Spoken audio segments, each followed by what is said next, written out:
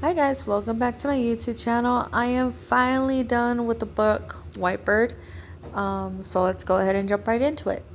I first want to say, as always, I love the cover. So this is a beautiful cover of the hardcover of Whitebird. And I really do love this cover. It's really pretty. And then you have the actors who play the characters in the book. So I really love that too. Another thing I like about this book that's really interesting is that if you did not know, Whitebird, so this is the novel version of the book. And Whitebird was originally written as a graphic novel. So every picture that you see is from the graphic novel. For example, not that one. But if we just flip through it, it's in this one. So graphic novel, every image that you see is from the graphic novel. And I love how it did that because this is meant for children to read, but at the same time it's like for us as well if we want to read it. And I really do like it. Another thing I like about this book too, it is very nostalgic for me because I don't know if you guys grew up with these books, but I certainly did. There's a certain part in the book where you get scenes from the movie. And this is the first time I've seen a book do this in a really long time, so I really do quite like that. And it just tells you what particular scene is which one.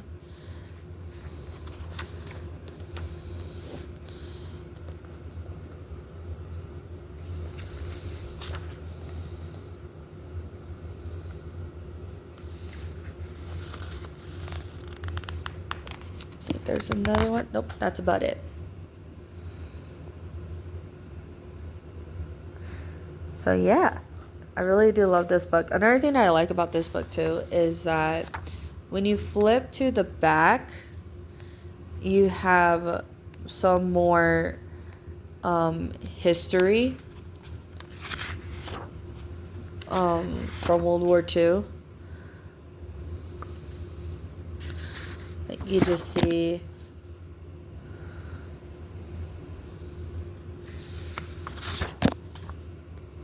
like little glimpses of what people went through, and it gives you more insight on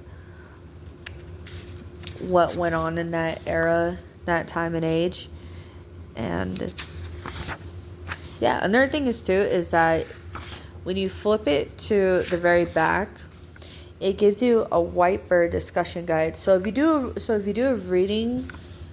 a book club with this book, you can actually answer these questions and get everybody else's different opinion on it.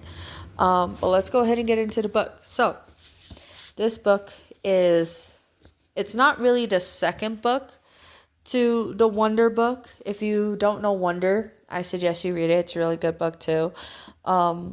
But this book is a companion to Wonder. And what I mean by companion is that even though it's not written as a sequel, it is treated like one, but it's also tells the story about one of the characters in the book Wonder, where the main character in this book, he was a bully because he was being prejudiced against a boy who looked different than him and treated him very poorly, to where he's now in a new school and calls his grandma and says, hey, I need to do a report on family, and I decided to do it on you, and I want to know about your time during the war. And she goes, okay. And she basically tells, like, everything that is written in this book is told in the first person because she's retelling the story to her grandson. But when you get to certain parts of the book, where right now it's fine print, but when you get to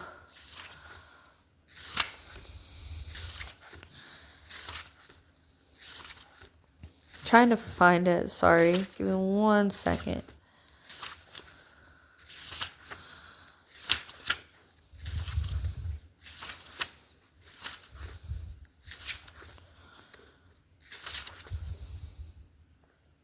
Is this it? Oh yeah. So get to when you get to it's not it's italic. When you get to this type of writing, this is what's happening in the present between Julian and his grandma. And it's kind of like a little interruption, but it's more like it's meant to be an interruption because it's somebody asking more questions.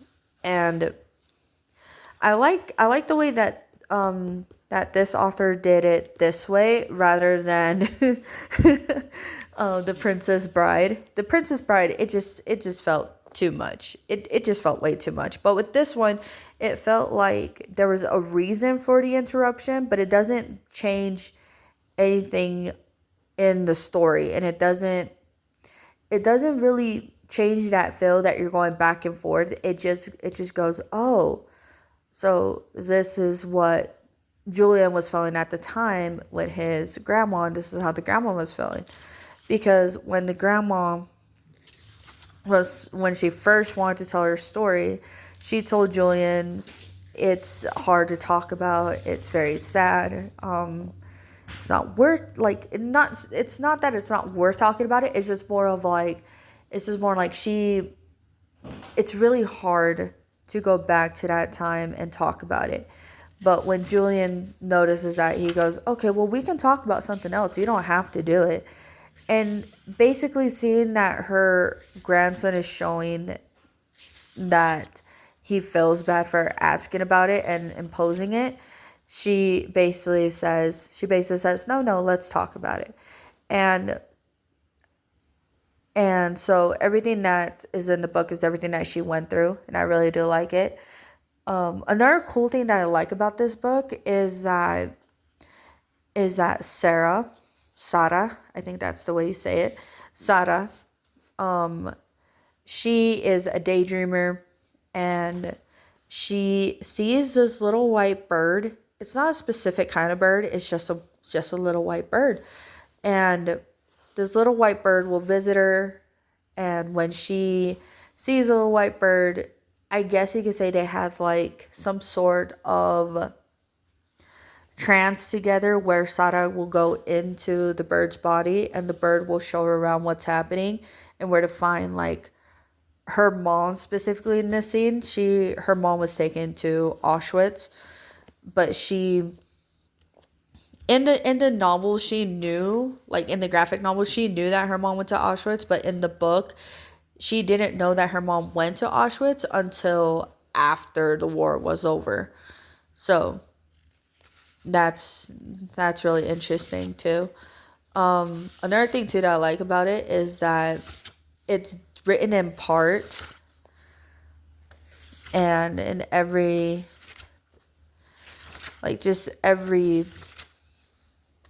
so often you will see, like, you'll get just reading, and then you'll come across like the scenes from the graphic novel. And yeah, so I really do like this book. I would recommend this book to somebody who likes, or not likes, but enjoys. This one is World War II, but I also will categorize it as coming of age story, because it is about this young girl who is in an era of war, so she has to like grow. And I really do like the friendship between Julian and Sarah, because it's like, yeah, she's Jewish and he's German, but he is very kind and very sweet to her, to where he'll keep her hidden.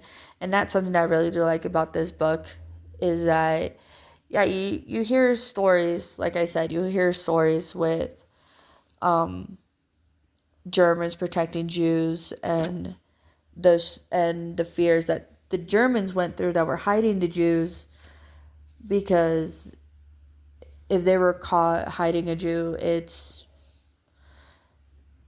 most likely that they would die. And so, yeah, it's just, I think, to me it's a beautiful story. I really do love this book. This is my second reread of this. No, this is my third reread. The very first time I read this book was when it was in the graphic novel, and I liked the graphic novel. The graphic novel made me cry. The very first time I read it, I was crying nonstop. And when I got to the end of the book, it was just, I just cried. I cried. And then when I got the novel of this book, I read it. I cried still. And then I reread it again. So yeah, this is like my third time rereading it. So I will not stop rereading this. I feel like, to me, I feel like, to me, this isn't, it's, what's the word I'm trying to say? It's not a comfort book to me. It's just more of like, am I'm in the mood to reread this, I would probably reread it.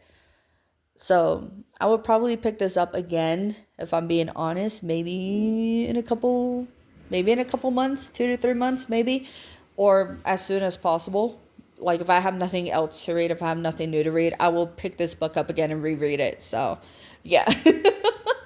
But yeah, um, I'm gonna rate this book a 10 out of 10. It is very pretty. I mean, not pretty, but it's a really sweet book. I really do like this book. I have read Wonder, and now I have read Whitebird. I don't know if I'm gonna read the other book she written. Let's see, because I think the other ones are, yeah. I read Wonder. Not sure if I'm gonna read the next two of Wonder. I don't know. To me, it's just more of like, it's just more like, if it interests me, I will read it. If it doesn't interest me, I won't read it. But this one really interested me, because it's a sequel, but it's not on the first main character in the book. It's on the second. He's not really the main character, but he is like the antagonizer. So, to me, I also find that interesting that she wrote a sequel using Julian, who's the antagonizer, and learning to grow from what he did to Augie in Wonder, and just understanding where he went wrong and wishing I could go back in time and do it all over again. And I find that, to me, a very beautiful, sweet story. So if you like those kind of stories, this is the book for you. I'm going to rate this book a 10 out of 10. I really do enjoy this book. So that's all I'm going to say for right now. So I'll see you guys on the next one. Bye.